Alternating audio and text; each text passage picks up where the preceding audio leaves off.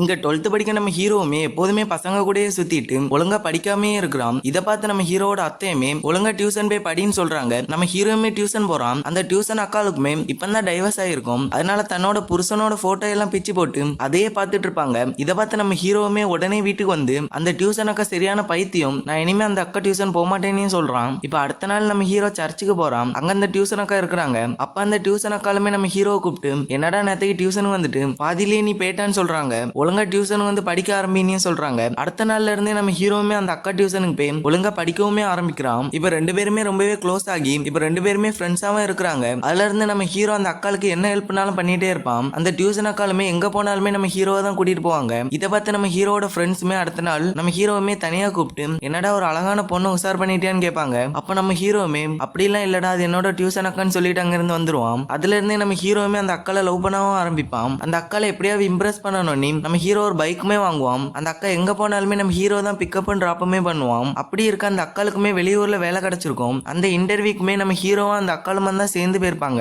இப்ப நம்ம ஹீரோ அந்த அக்காலுமே இன்டர்வியூ முடிச்சுட்டு பஸ்ல வீட்டுக்கு வரும்போது நம்ம ஹீரோ நினைக்கிறான், இவங்க வெளியூர் போகக்கு முன்னாடியே நம்ம லவ் சொல்லிடுறோம் நீ, அதனால அந்த அக்காள்கிட்டயுமே நான் அவங்களை கல்யாணம் பண்ண ஆசைப்படுறேன்னு சொல்லுவான். அதை கேட்டு அந்த அக்காலுமே ரொம்பவே ஷாக்கா இருக்கிறாங்க. யாருக்கெல்லாம் விஜய் பிடிக்குமா அவங்க எல்லாம் கமெண்ட் பண்ணிட்டு ஒரு சப்ஸ்கிரைப் பண்ணுங்க.